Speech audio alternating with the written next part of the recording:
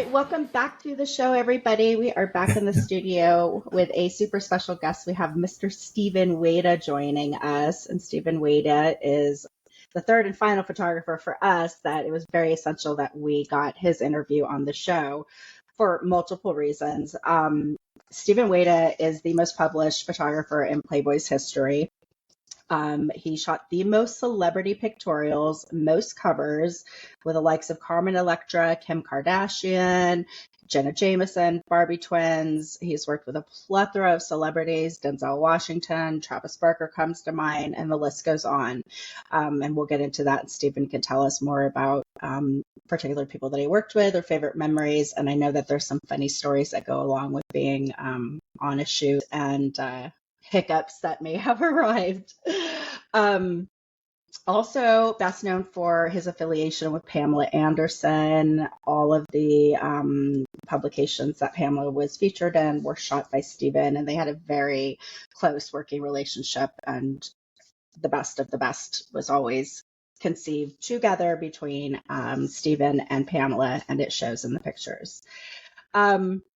Real quickly, I want to read a letter that Hugh Hefner had written. It was an homage, really, to Stephen. And so I'm going to read it. And it was it speaks volumes in terms of what it says and about Stephen's character and his work.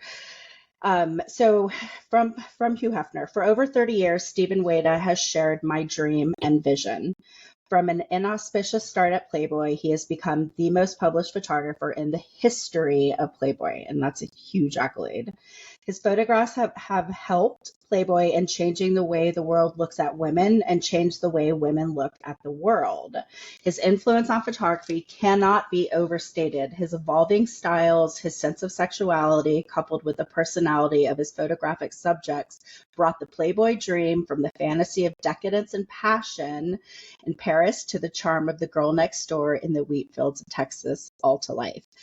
In his heart, he is a cowboy whose job has brought him into contact with the world's most beautiful women. Playboy is read for its photographs, and what the reader saw in his photographs for Playboy was the American dream made real. So we're going to start there. All right. Well, thank you very much. You're being very You're being very gracious. Thank you. Well, it's important, and our audience loves to hear, all the back history and put it all into context. And I'm telling you, every time we do an interview, we just pull out this golden nugget of history that we didn't know about, and it just adds a lot of context to the show. So we're going to start with your venture into Playboy and how you even ended up there. So, Stephen, you were at Playboy from 1983 to 2013, correct? That's correct, yes. That's the 30 years that have references. Okay. And tell us about, I know that you were plucked from obscurity, and you shared that story with me, but share with the audience, because it's really interesting. Well, I never planned to be a photographer. And it happened very serendipitously. Out of college, I became a newspaper reporter. And from there, I started doing pictures to go with my stories. I created a process where you could get photographs to reproduce in letterpress. Now, you're all too young to know what letterpress is, but it was just something that was gray. There was no whites, there was no darks or blacks. There was just gray type, gray paper, gray everything. So I created a process where a coat like this, you could see the lapels. And from there, I started to do fashion work for a local department store. Okay. And then I lost that job. And so I met Dwight Hooker, who was a Playboy photographer that was retiring.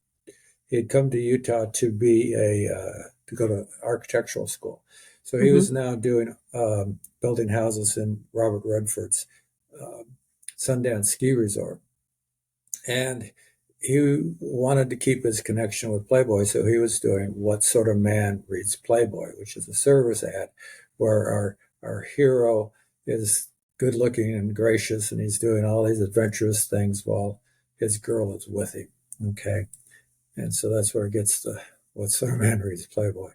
Right. So I start showing him pictures, and he wasn't very encouraging.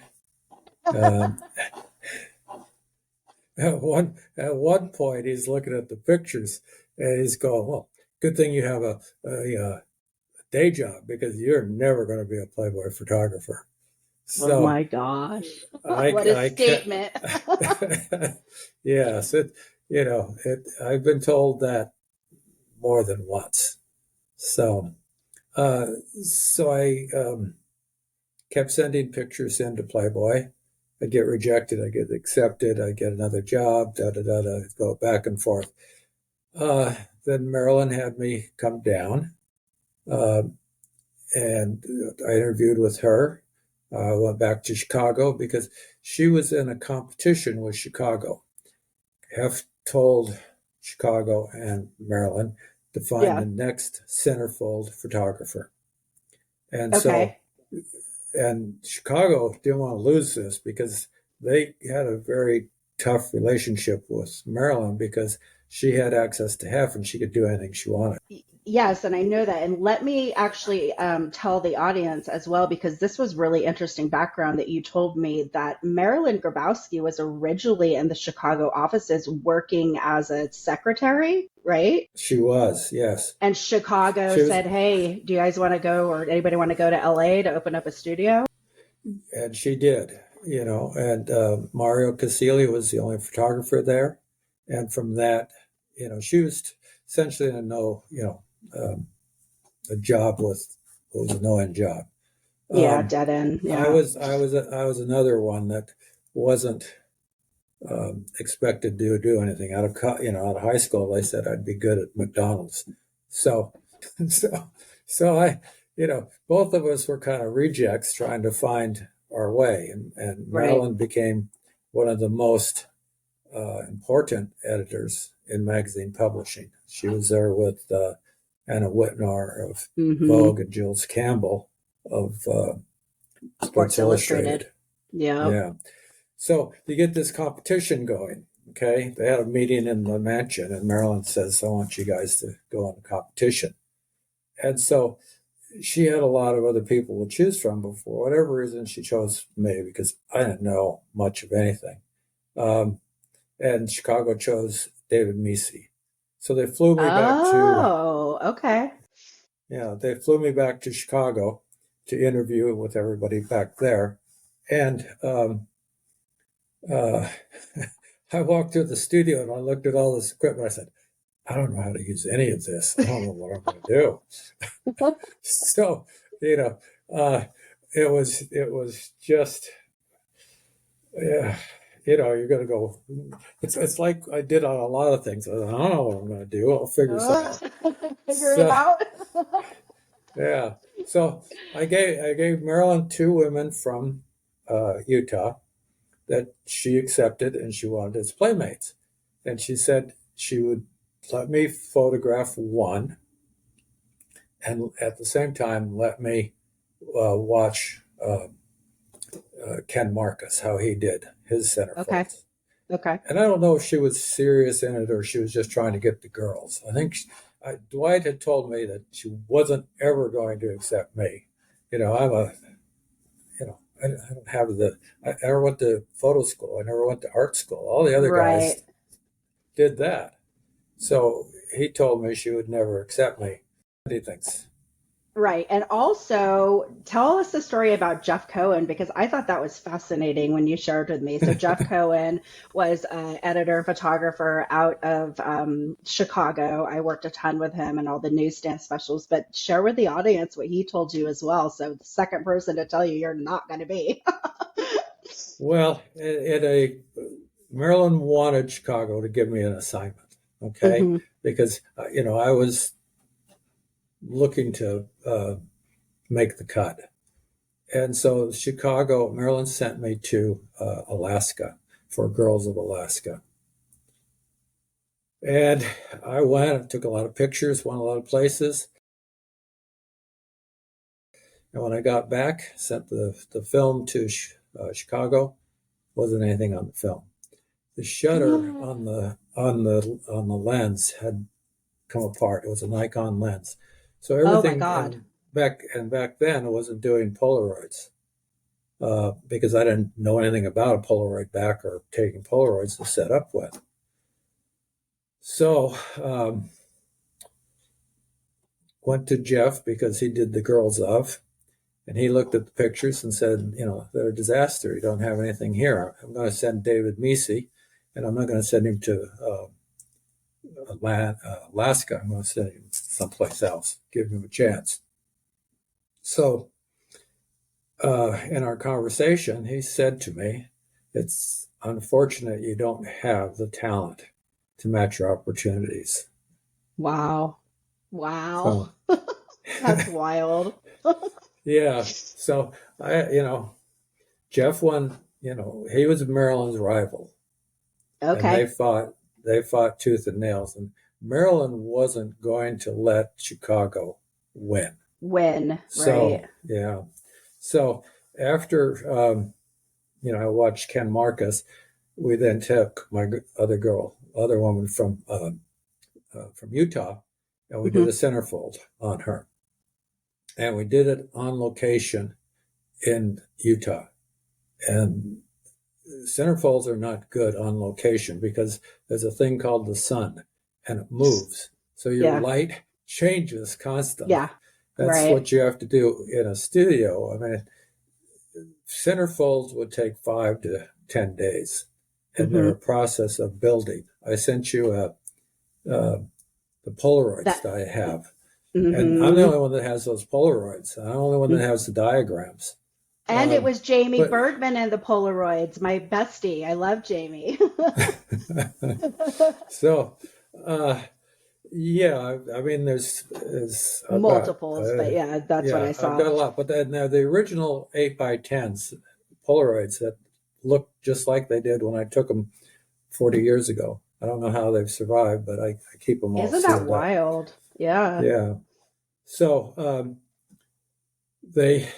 I did my centerfold. We did it in location. Marilyn didn't like it because it was a little problematical, so we did it again in the studio. That was Susie Scott. So Marilyn sent Susie Scott, and Jeff sent Susie Schott, I think her name was, dark-haired woman. That was David's last centerfold. He went on to work. Oh, yeah. He went on to work the girls of and was Jeff's boy, and I became Mo's boy. And it was good because she protected me. She had a vested interest in me because I was her choice, and she could not lose to Chicago. So what year was that you guys went off to LA to start the studio? Well, she had already had the studio going with Mario Casilli, and she had built up a relationship with Hef because he moved from Chicago out to Homley Hills. So she had direct access with him, which gave her a lot of power over Chicago. The story of Anna Nicole Smith was that Chicago had never really seen her, and they absolutely said no to her being Playmate of the Year. And why? Because she was big and curvy and bad boob job, and you didn't know how the hell you were going to shoot her and da-da-da-da-da. Well, because she was, in Gary Cole's words, she wasn't the type of woman they wanted as Playboy of the Year. Because she was a stripper. She was a stripper. She was running around with a 90-year-old millionaire. And it wasn't the best backstory.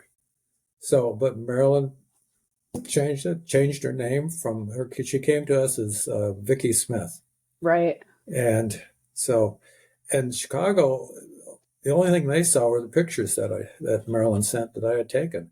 They never met her before she was named Playmate of the Year. Wow. They got it shoved down their throats by Marilyn going to Hef. To Hef, So, yeah, exactly. And yeah. then Hef obviously fell in love with the whole pictorial. I mean, she was incredible in front of the camera. What a beautiful woman. And then, That's what I found that I had to do with her. Because if you look at the pictures I did of her, there's not a lot of nudity in them. You'd see the hmm glimpses of nudity here, glimpses of nudity there. What I worked with was her face, and a magnificent face, and her hmm attitude. And I hmm just let her roll, okay? I just let her go, and she gave you sexy pictures that you believe she was talking to you and not to the hmm camera. And Yeah, so she it really was knew that how to added, work that camera. Yeah. and that was from her days being a stripper. hmm So that's Okay, why so it that's added some benefit to her becoming Playmate of the Year for being a stripper. Who well, would have known? yeah, well, that's why Gary didn't want her. So between that Right, and Marshall, her boyfriend, so right, right, right, and she right. was married, at the time with a child while she was having the affair with Marshall. Oh, So that's right. That's she right. was not the image of what you normally think of for Playmate of the Year. But her Sure. pictures for guests were spectacular. And she became, on top of that, Claudia Schiffer, who I also photographed, was Marciano's girlfriend at the time. Oh, And I didn't know she, that they were dating. I never knew that. yeah, because she was the face of Guest. She has a Right, very right. famous picture Oh, of yeah. her from the side for Guest. Um, but then when Anna came, Claudia, he said goodbye to Claudia and made Anna the girlfriend. Interesting. I Yeah. love it. Spill the So, tea. and that went for a while until the next girl came along. And, Anna was difficult. She drank a lot.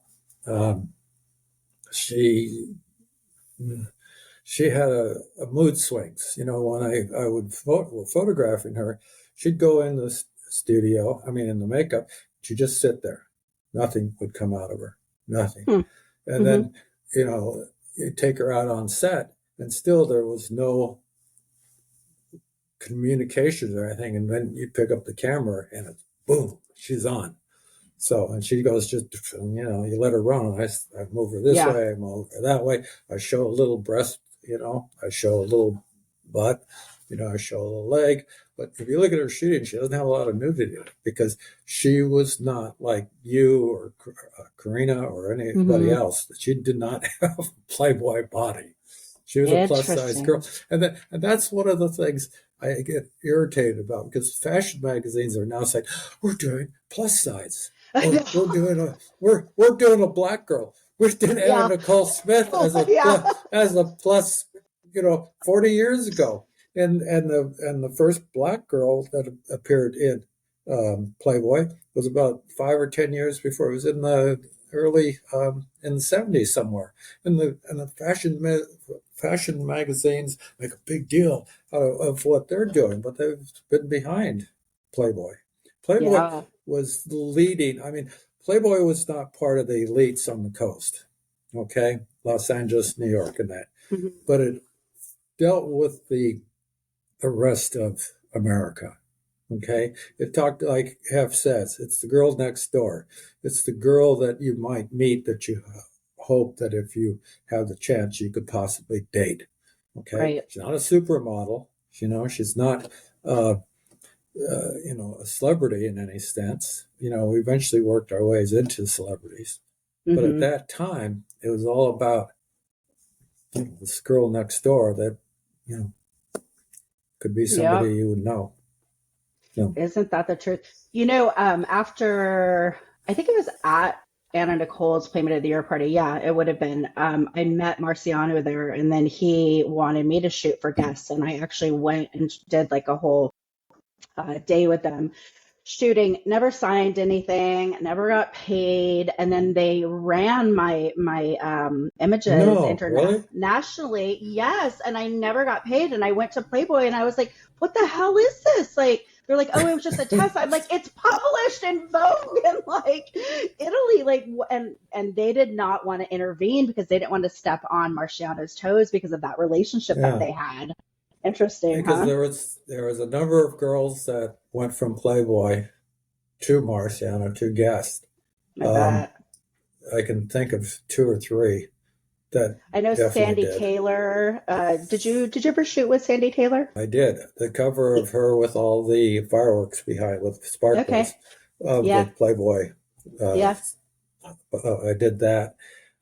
I took her to the Bahamas, Uh-huh. and we kind of had interesting times there because you know Alexis, right? Alexis The Vogel, makeup artist. yes. Yeah. Mm-hmm.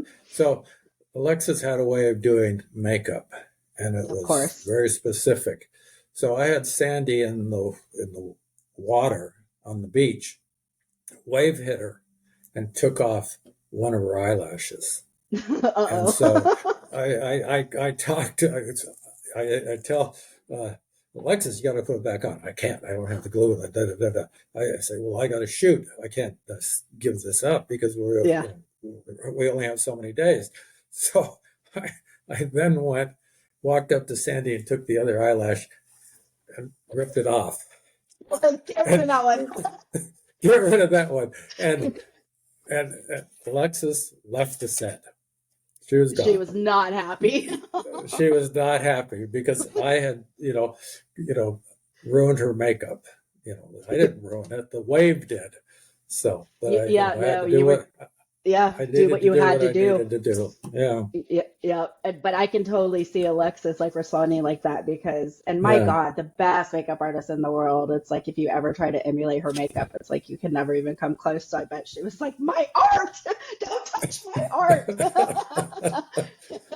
I can she totally did. imagine. She did. Did she do yours, or who did your makeup? Yeah, yeah. I always worked with Alexis. She was my favorite. Yeah, she couldn't make.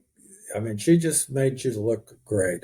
She Yeah. was You always didn't want to there. take their So makeup off when you went home. I always remember going to the no. mansion and I was like, I'm going to go out. I'm not going to use this. This is bomb. So I'd Yes, always figure out definitely. something to do. Yeah. Well, okay. So let's get into Pamela Anderson. You spent 19 years photographing Pam, and you said that she was so pleasant and fun to work with. She was. She was very genuine. Uh, she was always. Uh, she had a good work ethic. Well, she almost always had a good work ethic. one time in France, we were there to shoot, and she had to go to Monaco or Oh, Monte Pam? Carlo. Oh, Monte Yeah, Carlo. and they had a big fashion show, and there was the top male model, Schenkenberg. They were And dating so, Marcus Schenkenberg. Yeah. yeah, so she didn't come back for the shooting. She went to there to do an introduction, a short thing, but she stayed and they had their affair. And we had I think, a 10-day stay there. And then Hmm. Playboy didn't want to change our return. So we had 10 days in France, in Saint-Tropez. It was a paid vacation. So, Hmm. and Exactly. then she came back, and I worked with her in Santa Barbara. But yeah, for the most part, she was always on. She always knew how to work the camera. She always knew what to give you. She always knew um, how she looked the best, and she Just was a joy to work quintessential. with. Yeah, she Hmm. was a joy to work with. And then she learned real quick. She did a couple things for Playboy, um, and then she got the TV show. She got Tool Baywatch. Time. Became Or Tool. she Oh, became the yeah, Tool that Time one. girl. Yeah, She first right, did that. Then she got right. on Baywatch. Okay, and when she got on Baywatch, she was portrayed as a California surf girl, beach girl. Mm-hmm. Well, we took her to San Tropez because Marilyn thought she should look like um, Bridget yes, Bardot. Bridget Bardot. Bridget Bardot. Yeah. So we were going to San Tropez. Now, I went with Alexis, okay? And the idea was to make her a diva, to make her get rid of the, um, beach girl look and Okay. make her into the style you saw that she carried on up till Right. the last time I photographed her. She's changed the style a lot now, but Alexis always did her makeup for the whole Always. time. And, and she became, with, the bigger hair, the heavy makeup, um, she looked like a movie star now. So, Yeah, completely. and so I changed, lighting on her. I changed how she shot. Alexis changed her makeup. So, You know, that's actually like a good segue because you had mentioned this before of like the difference between how Arnie Freytag and Ken Marcus, would shoot, and it was they wanted girls pose, and you had a very different approach to taking photographs for Playboy that was unlike anything that the photographers have done. And the one thing that you had said, you didn't see how posing and sexuality went together. Posing did not make any sense, and you threw that out the window and got a lot more sexuality out of the images, which when you look at them, you can see it's a vast difference from what the other photographers were shooting, in my opinion. it was. You can realize why Chicago was always unhappy with me, Sure, because sure. I was changing lighting, I was changing what was used, I was changing sets. When they started, the set on Ken Marcus that I watched had probably 7 or 8 lights. Well, when I was doing centerfolds, I had 42 lights. I had a light Dang. everywhere. And Wow. so, yeah. So I wanted the lighting to look real, not Uh-huh. like it was an artificial light. So it was very Right, important to me that it was like how your eye sees things, not right, how the camera would see things. And right. like I said, like you just mentioned, I looked at this and I said, this doesn't make sense. Sex has movements, it has spontaneity, it has um, feelings to it, it had movement. And Marilyn and the other photographers, they fought over who was the best poser, Marilyn or the Mm, photographer. Arnie used to fight with her, used to hate her coming on set because she would really? change his poses. Yeah. And they didn't get along very well. But so when I came on, she let me run. She gave me the opportunity to innovate and try different things. Uh, Sometimes fail, sometimes succeed. She always Yeah, protected me. right, Because I got in right. trouble. I got in trouble with Hef a lot, um, because it wasn't what he was used to. Um, but he loved it. That's why he wrote what he wrote to me, because I was the only one that did it. Most photographers in the fashion world would either have movement or no movement. And I Hmm. did both. I moved, I sat up, I still, just let's see what happens. And, if you look at, especially the pictures that don't get published, Hmm. there's not explicit, but they're very sexy. They just Hmm. have a sexual feel to them. Hmm. And, that's more or less why I kept my job, because there was always somebody out the door, a line of people out the door willing to take my job. Oh, And of so, course. Yeah. yeah, so I was in trouble a lot. Okay. And, what Hef talks about from an inauspicious start, that was an inauspicious start. That he wrote that in the Tribute, that I Right. went from that, where I was essentially fired. Right. So, Right. I yeah. mean, didn't he even tell you at one point, I am the publisher and what I want gets published? Like, didn't it come to that point? Because he would just Yes. shoot. Well, that was over.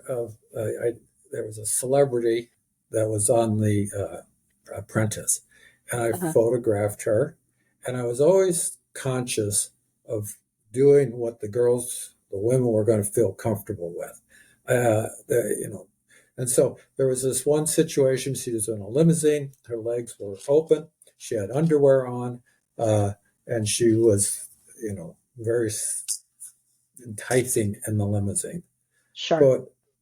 But when you looked at the film, and she had said, I don't want, have a any explicitness to it. I said, oh, it's not going to happen. You got underwear on, it's fine. Yeah. So when the film came back, the light went through the underwear and there was full explicitness.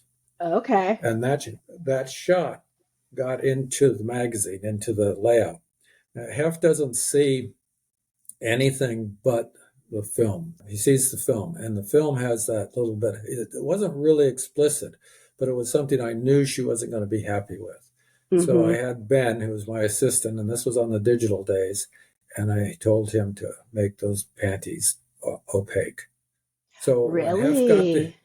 So when Hef got the edition, he looked at that, looked at what the other one was, and called me up and said, you got to understand, I'm the publisher of this. I'm not expecting to have things changed between the pictures and the publishing, and yes, sir. Okay. So that's wild. I mean, that's like, that's bold. That's ballsy. I got to say that to you. I was pretty ballsy. I could be very difficult. Okay. Yeah. Because I wanted to do things my way. I wanted the equipment that I wanted. I mean, there was a stage there where, they bought Arnie and I 32 strobe packs and heads, and each pack was about $10,000. Holy moly. And then I went and I wanted this light that was $10,000. And you got it. Yeah.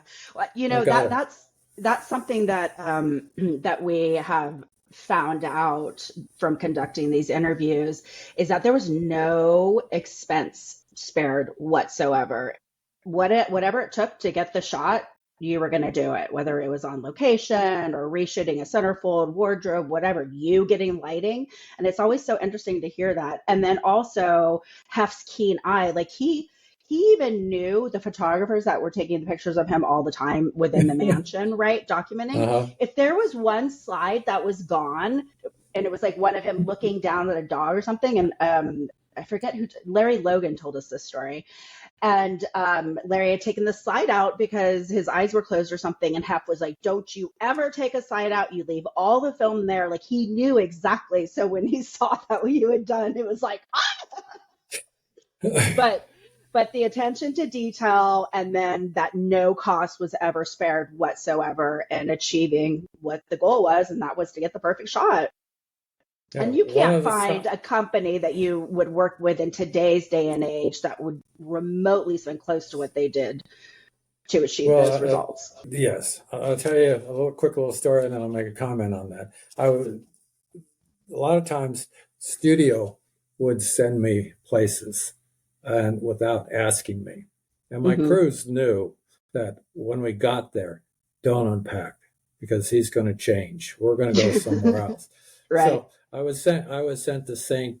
Martin's, and we got a nice villa. It's up on the hill. The beach is crowded. It's a little tiny beach. It's full of tourists. So I said, "Oh, look, I need to get to the Bahamas. I know a place I can go there. I need a plane." So send a Learjet. Yep. That's So as far as no expense, because people will look at my photographs now and they say, "Oh, I want to look like like in Playboy." Yeah. And, I just, can you make me do that? Can you make me look like that? Got $250,000. I can do that, Right. Right. But nobody realizes how complex. I mean, my shootings were very, very complex. Like, we built a set in the studio, and I'd have, like I say, 42 lights plus the main lights, and guys in the back that would be moving the lights so the girls could move. So, that's always something I like to talk about with the photographers, because nobody understands how complex it was and what it took just to get your centerfold. I mean, that was a grueling experience for us personally. I mean, 5 to 7 days in a pose that you cannot move out of. It was brutal. But there was so much that went into it, every, finite detail. And it's like, nobody would know that unless you were on set or a part of putting that all together, you know? You just get the picture, Yeah. that's what people see, but there's so much that went into it. Well, in the Polaroids I sent you, there's an 8 by 10 progression of how Mm-hmm. it starts.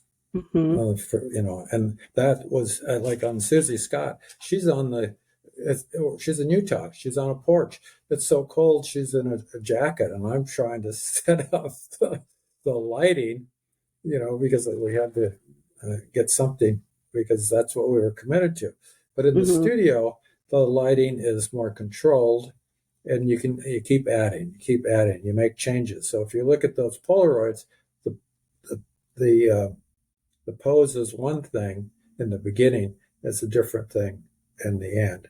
But Mm-hmm. Mm-hmm. and I would get in trouble because I couldn't come back to what I did the day before. I didn't know that concept. And so with the girl, she would have, she would have some idea of what she was doing. And so we'd start there, and each day became better. So Yeah. Marilyn then did not insist that I hold that pose. And some of the poses were so that the other guys did. I mean, they'd faint on set. Both Yeah. Arnie and Yeah. Ken had ladies that fainted, and I said, I can't get a sexual expression. You know what Ken Marcus said to me? He says, I make them do these poses, and they can't. When I'm finished with them, they can't get up because they can't walk, Yeah. and they hate me. They hate me, and he says, and I do that because the look of hate and love are the same, and they're not going to Oh, love me. that's interesting. And that Yeah. that makes me think about my centerfold because it was so hard for me. And I don't know, I was 18. I don't know what the hell I was doing. I was just going into this whole new world. But every Polaroid that they would print out, I was looked miserable. I was crying. I looked pissed. So they kept drawing the devil horns on all my Polaroids. And I remember Marilyn coming in probably towards the end of my shoot and was like, just give her a shot of tequila, something. And then somehow we were able to capture it. But I can tell when I look in my photo that I was in total pain and I was pissed. Yeah. No, I made sure my girls were happy. I Right. And took care of that's them. the difference. That's really Yeah, interesting. yeah. Yeah. So, Do you have any like stand out centerfolds that are your favorite that you shot or you worked with that come to mind? well, not on the centerfolds. Pam was great. Yeah. Um, I did a shooting with Edmondson. What's her Oh, first name? Donna. No, did her shooting, but no, Hmm. this was we shot her in a set that looked like we were in Paris, and Oh, cool. she was fabulous, and the lighting was fabulous, and she just gave a lot of sexuality to it. I mean, for the most part, everybody gave great sexuality. I mean, I can only think of one or two that I really struggled with, Hmm. But other than that, because I would sit and I would talk to them beforehand, ask what Hmm. their expectations were. These are my expectations. This is what's going to be going on. You're going to go into makeup. You're going to come out. We're going to do this. So everybody went in knowing what the process was going to be. Hmm. And there was never any, well, I'm going to pose you and set you up. We're going to find something together that you feel comfortable with, gives me. And, if you look at my stuff, the other guys had to have this curve in the waist and the hips out, and the boobs in a certain direction. And Marilyn, felt she was the queen of posing, and the guys Hmm. thought they were the best at it. Hmm. But she let me run with not posing people. So every day on a centerfold was a little different than the day before. Right. And you also said that it was really important to you that when shooting the models that you were shooting for them so they would be thrilled when they would see their images published versus what Arnie and the other photographers would do is they were shooting for Hef and for Playboy and you had a lot Yeah, more. I didn't go to art school. I didn't go to photography school. I didn't know how to work the equipment when I first got there. Mm-hmm. Okay. Uh, so my approach was just different because the other guys, I don't want to, I guess I'm bad mouthing everybody or I'm saying something. They were the photographer. And Yeah. some of them said, these are not your pictures. These are my pictures. Okay. Right. And, Right. and somebody probably told you along the way that those were Yeah. his pictures and he Mm-hmm. wants to do them this way and you need to go along with it. Mm-hmm. Well, my deal was these are not my pictures. Those are the woman's pictures. She needs to be happy with them. She needs to come away saying this is the best experience I've ever had. I'm just so happy that I did this. So, and that brought a lot more attitude because I was always looking for attitude. It had to have attitude to it. It couldn't, because in posing, I don't see how anybody got attitude. It had to be created. I don't know, your experience, you shot with Arnie probably. Arnie. Mm-hmm. Well, It was what it was. Yeah. It was different. It was different. But, my God, at the end of the day, my photographs are absolutely gorgeous. And I was told I top 3 most published Playmates of all time. And I thought that was amazing. I know that I'm in all the Playboy books. I did 10 covers. You shot the Seinfeld cover with the group of us in the phone booth. Yes, in the phone booth. Yeah, that was a super fun. So you had 10 US or 10 total Playboy? So two US, and then 7 of the newsstand specials, and then 2, 1 German and 1, I want to say Norway, which just came out or the Netherlands, which just came out, I don't know, maybe 6 years ago. A fan sent it to me. And it was from a photo shoot that David and I had done for the newsstand specials in Austin for Wet and Wild. Just picture me coming out of a pool, and they put that on the cover. And I was like, cool, here's my 10th cover. So, yeah. Congratulations. Yeah. That was always funny because, I actually shot all my covers. That was just the one time that they reused another image, but they would do that quite often as they would go into the archives and pull images and run it as a cover. And you would have no idea, and it'd come out. You'd be like, "Oh, I'm on a cover. Who knew?" Yeah. I was not a fan. I mean, I was not a fan. Jeff, why would you say this? Jeff didn't care for me. He was very great. He's very gracious at the end, but at that time, I was Marilyn's boy. Yeah. And so I was Marilyn's boy to such an extent that when they did the Girls Next Door, Marilyn didn't think it was going to go anywhere. And so there was a request that I do the shooting. Marilyn said, "No, I got things for him to do. I'm not going to let him do it, and it's not going to go anywhere." So she gave it to Arnie, and Arnie got tons of pictures, lots of publicity, and did a great job with it. But Marilyn was so possessive, she wasn't going to have me do something that wasn't going to work in her mind. Right. She was wrong because it became a big hit. I love that. The history with you and Marilyn, I didn't realize it was, that extensive and that profound. And you credit Marilyn with your success as a photographer, and then goes into the project you're working on, which we'll get into in a minute. It's a little nugget of history that we pulled out from you. Tell me about the photo shoot that you did with Pam and Tommy Lee. That was a picture for a swimsuit company. And so Pam and the crew, we went down to Cancun.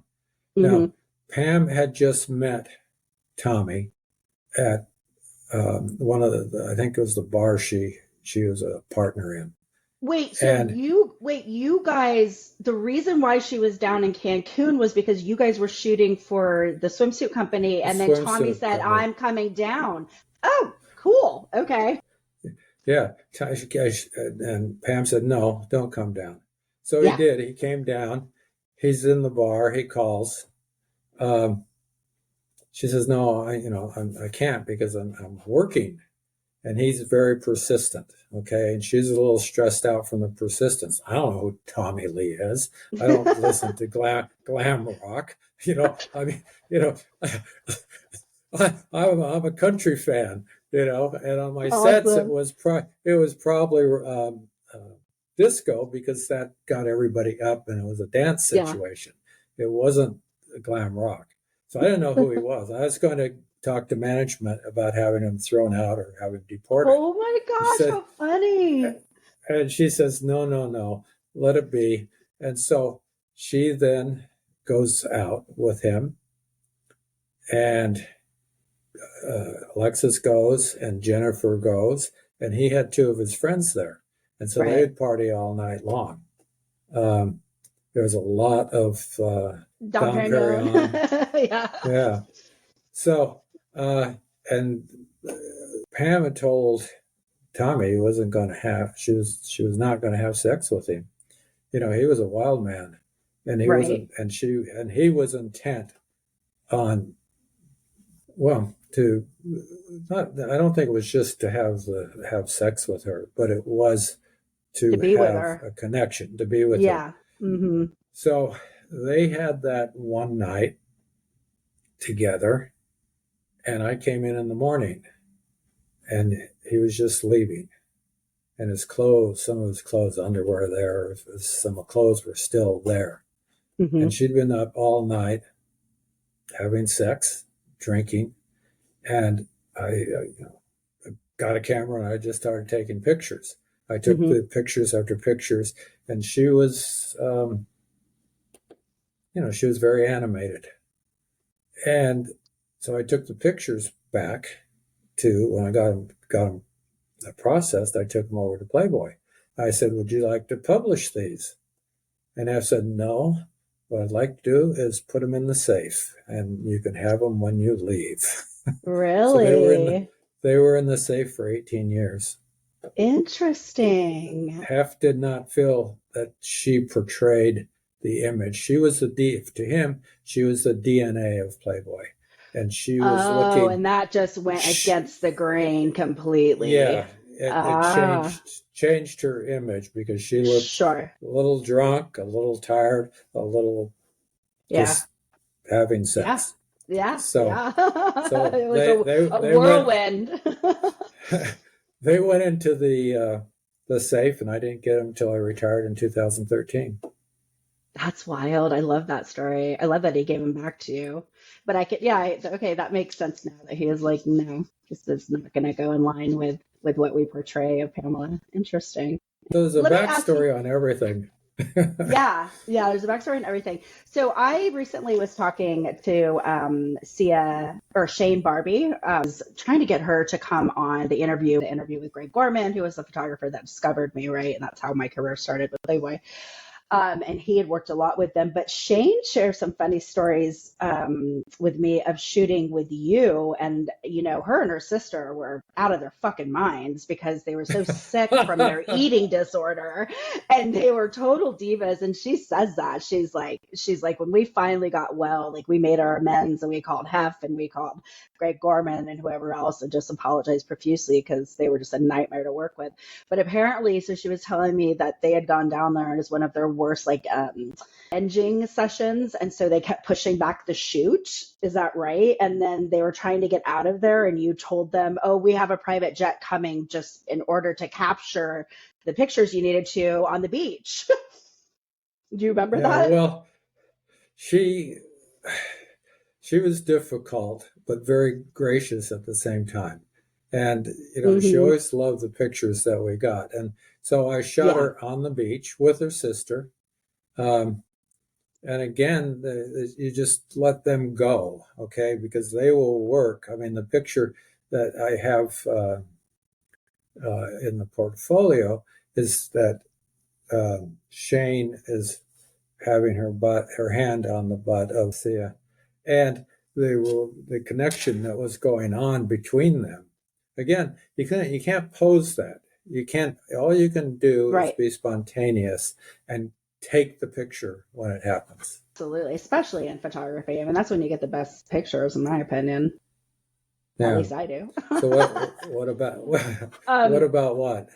Tell us about Jenna Jameson and Tito Ortiz and what happened there, because that's a good story. Yes. We had gone down again to Mexico.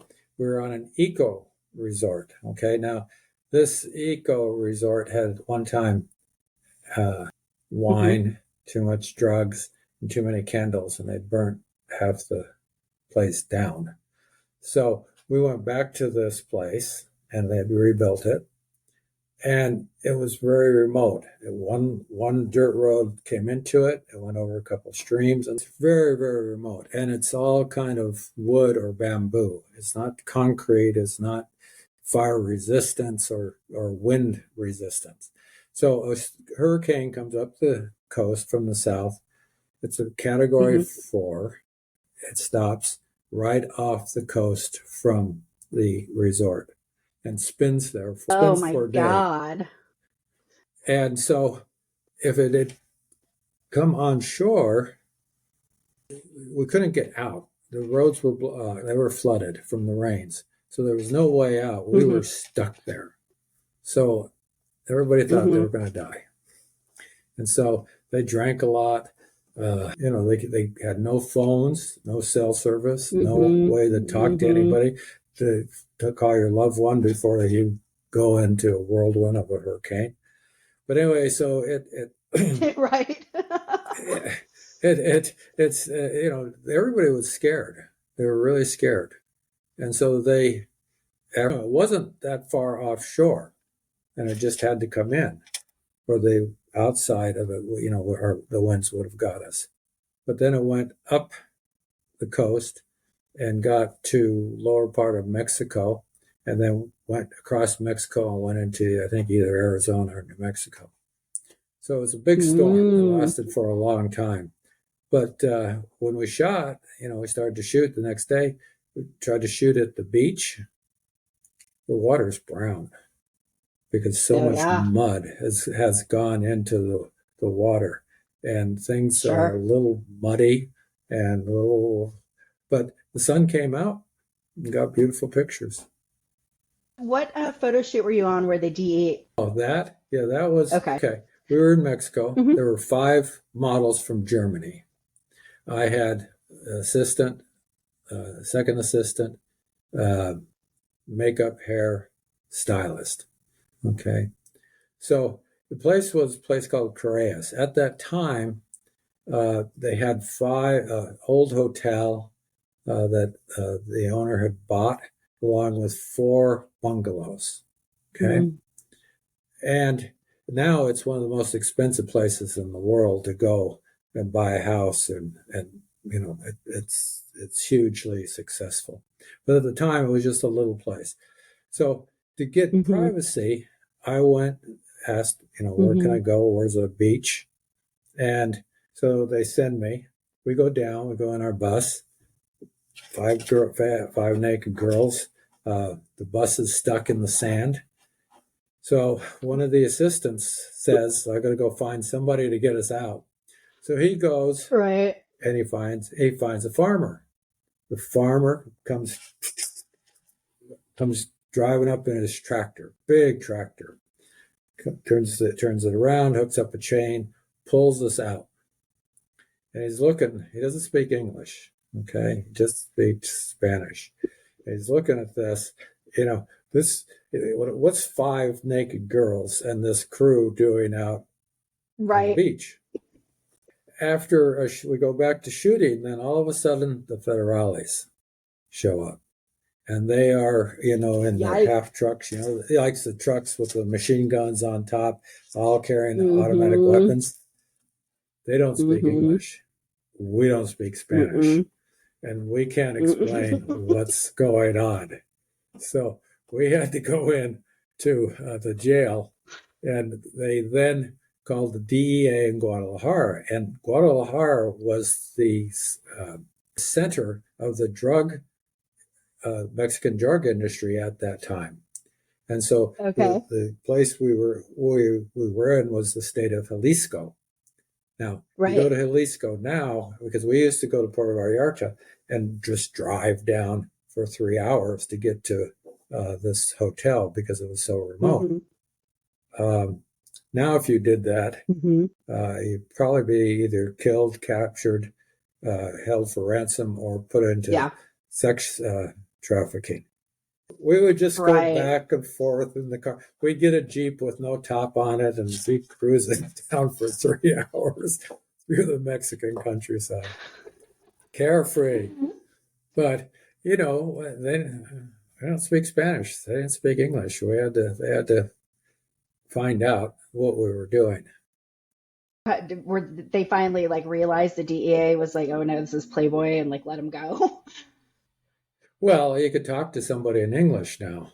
Okay, we could explain what was going on, No, why we were right. So there, you were able to explain. why. They're like, okay, let's talk about this project that you're working on. It's an episodic TV series called Shooting Sex. And why don't you tell us what it's about? And it's brilliant. And I'm so excited that you are doing this surrounding you and Marilyn Grabowski. Well, it's a fictionalized account of Playboy from 1983 to 1999. Okay, because that was the kind of the heyday that I felt was digital didn't start till 1997.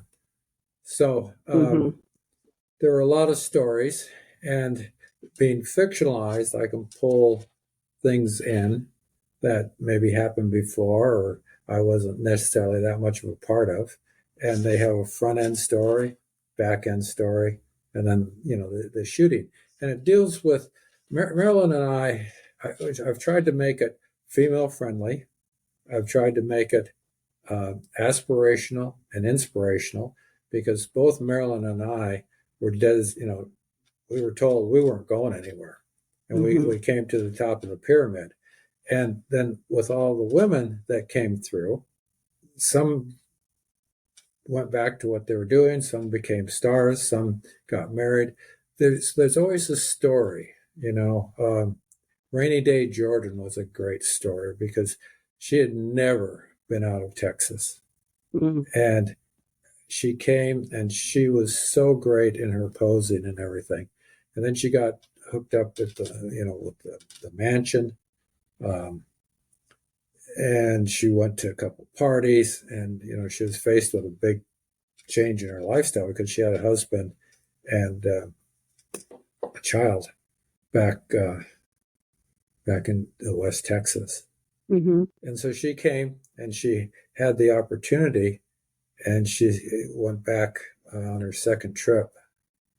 And her daughter, she had a little daughter, and her daughter had seen her on the first trip. On the second trip, she was all kind of made up and dressed up. And she says, "Mama, I look just like you." And that was enough to go, no, Yeah. It's not all that it's made out to be.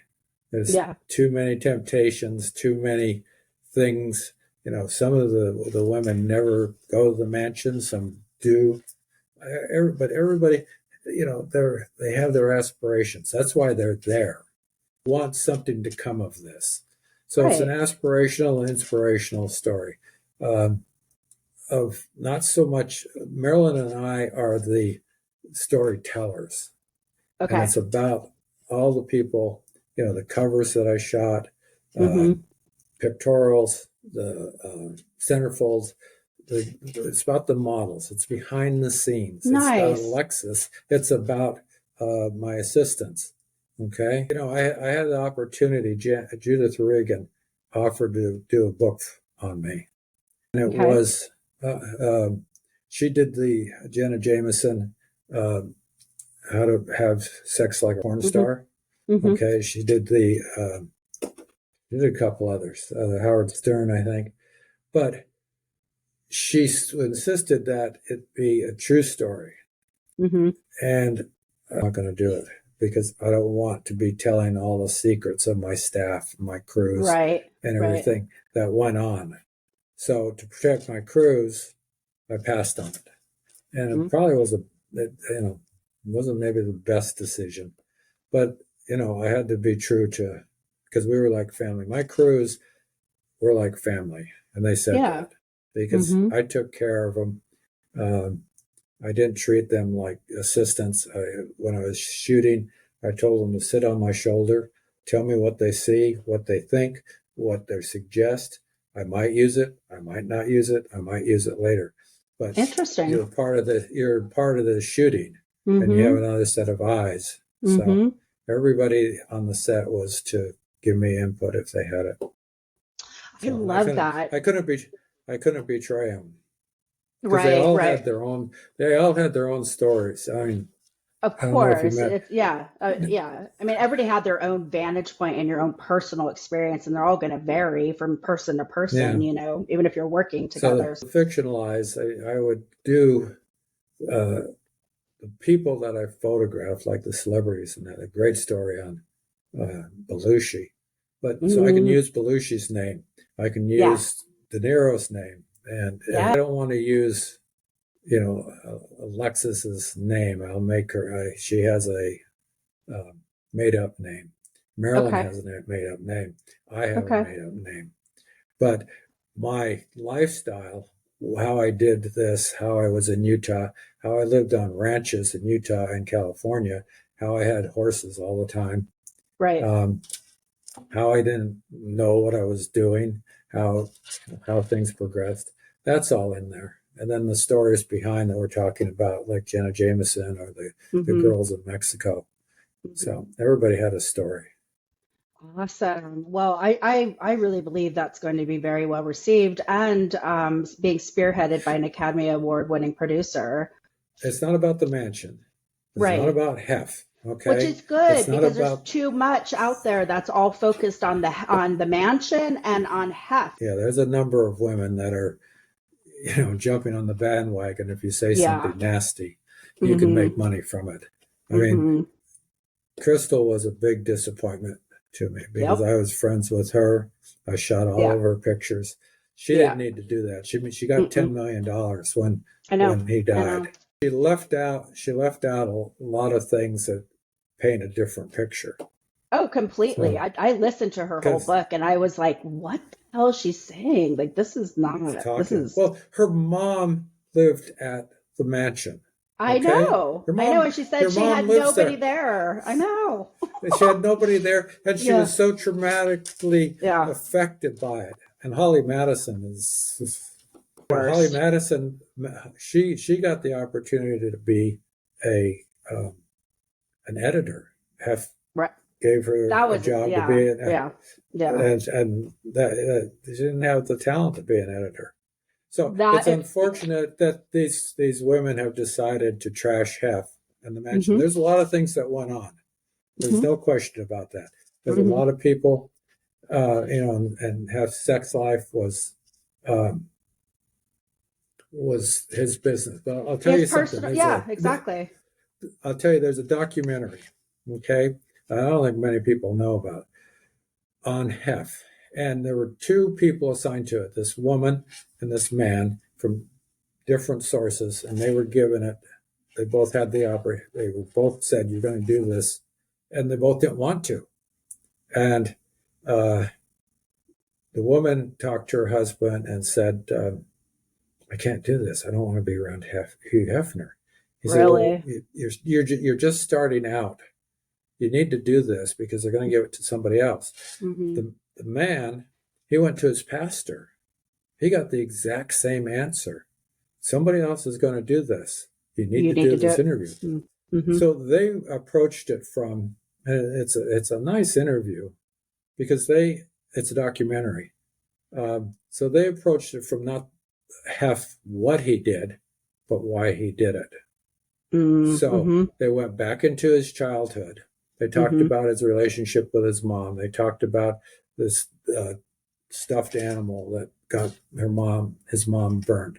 A dog they got from a pound that died right away. He felt unloved, okay? And in growing up, he carried that with him. And that's one of the things he and we didn't, I didn't know about his childhood, and he never knew about mine. So we pretty much had a very similar childhood. I felt I was unloved. I was always looking for love. Before I was a Playboy, in my 20s, I was married 3 times. Okay. Oh, 3 times? Dang. Wow. Yeah. Okay. In my 20s. In your 20s. It wasn't I chose or interesting. But you didn't. At the end of the documentary, when it was finished, they said they were so positive about Hef.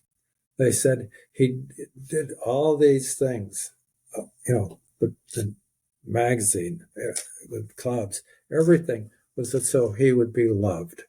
Mm-hmm. Because then he never really found the love, and then the final portrayal is Crystal. The worst. It's after having many conversations, especially with his closest friends, and asking them, what was that like for you to watch what was going on from the time that like the girls next door came in till, Crystal. I mean, that's when Playboy went downhill. When it was sold, it was over. Like Playboy, as we knew, it was over. The caliber of the girls, and then Holly stepping in as an editor. Give me a fucking break. That woman had no idea what she was doing.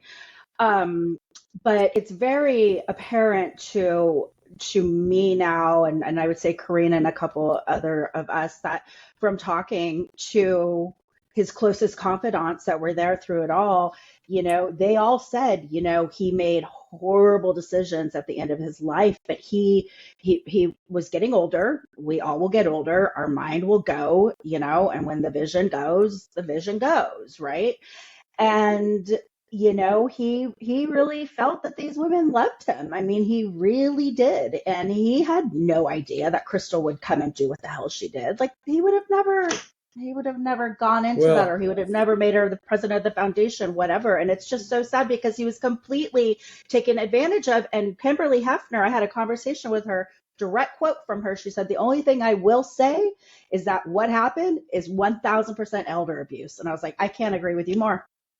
Yeah. I don't think Crystal, well, there's mixed things. She left him on the altar at one point. Right. Why? How that happened? And why she came back? That's not in the book, I'm sure. Oh, it is in the book, but her version makes no fucking sense. So no, tell me why, because it's not clear.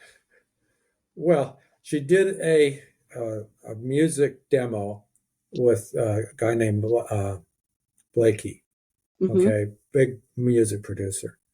And she sounded great. And she listened to this and she thought she was going to be a new rock star. And so she could see that as a vehicle to leave Hef because she's going to have her own money. She's going to have her own fame. And she took up an affair with Dr. Phil's son. Okay, right. So she was having an affair with Dr. Phil's son. Right. Now, she talks about that. And then what happened is that in leaving Hef said, well, I'm going to pay for your music career. And when she met with Blakey, he said, you can't sing. This was done on the computer.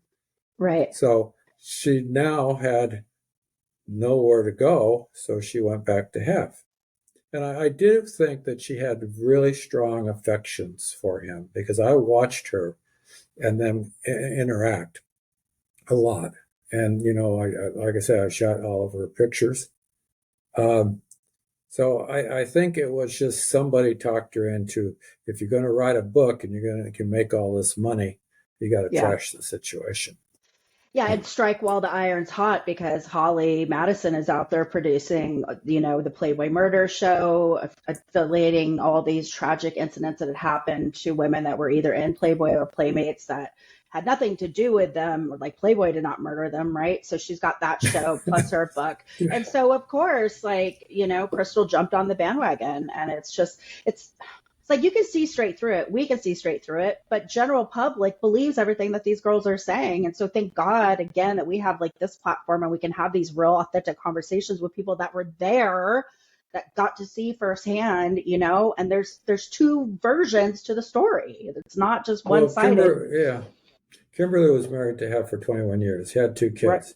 It Right. wasn't the easiest of relationships. Right. But she was there. Mm-hmm. And she wrote a little piece to say that everything these women are doing was not really the norm, because there's 700, 800 playmates. How many have complained? Yeah, how many have complained? None. It's all these girlfriends. 2, 3? Yeah, exactly.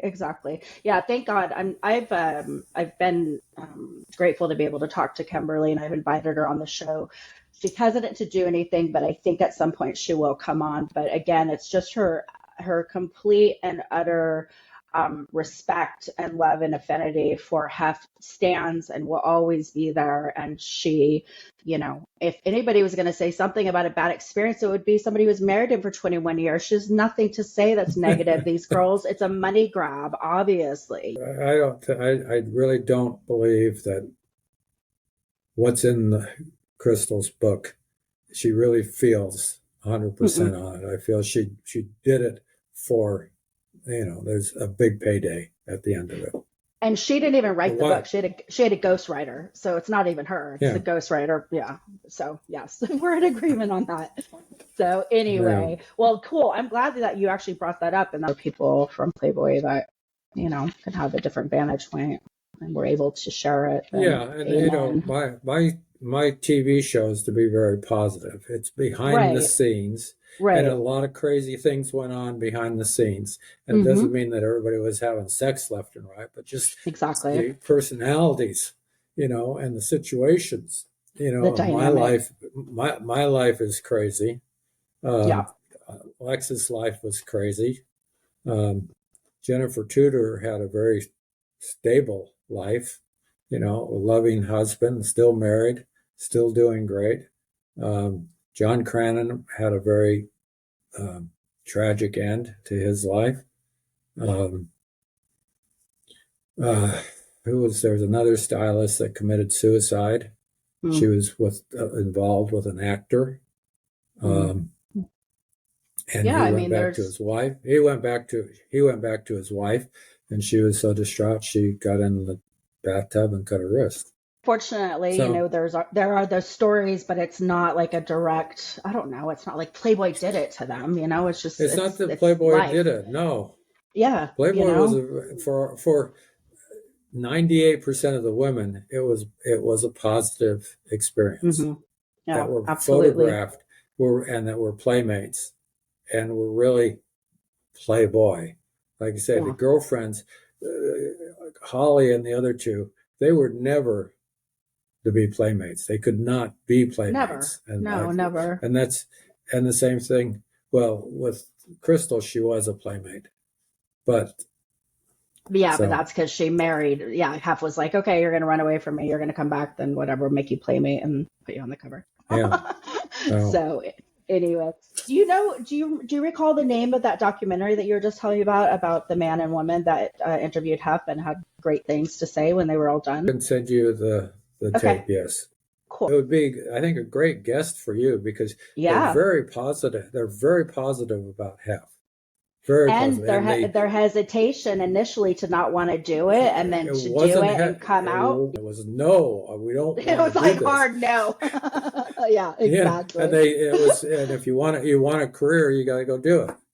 Yeah, and they were very surprised by him, and his humility and his caring about people, all the charitable things that he was involved in. He doesn't get credit for that.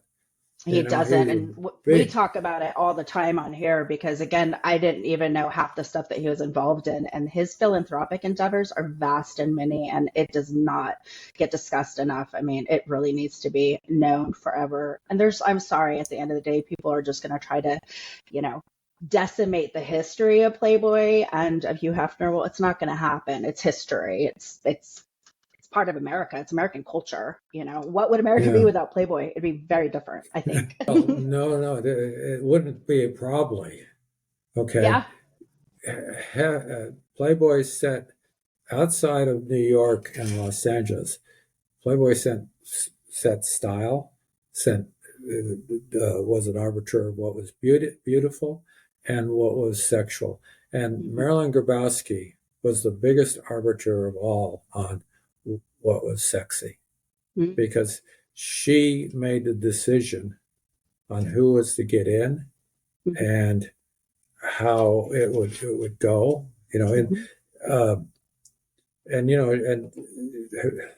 her best decision was hiring me. Yay, I concur.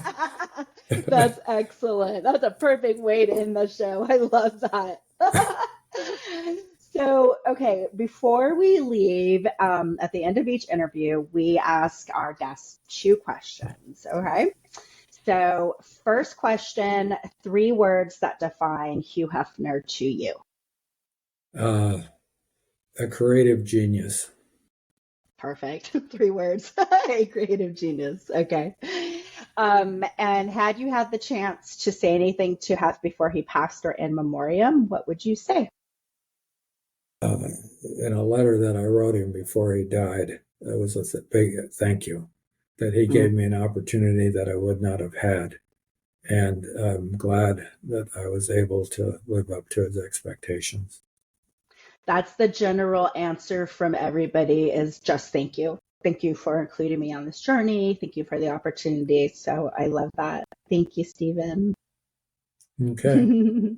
Awesome. Well, that was a wonderful show. Thank you so much for tuning in, to our audience around the world. Thank you for your love and your support.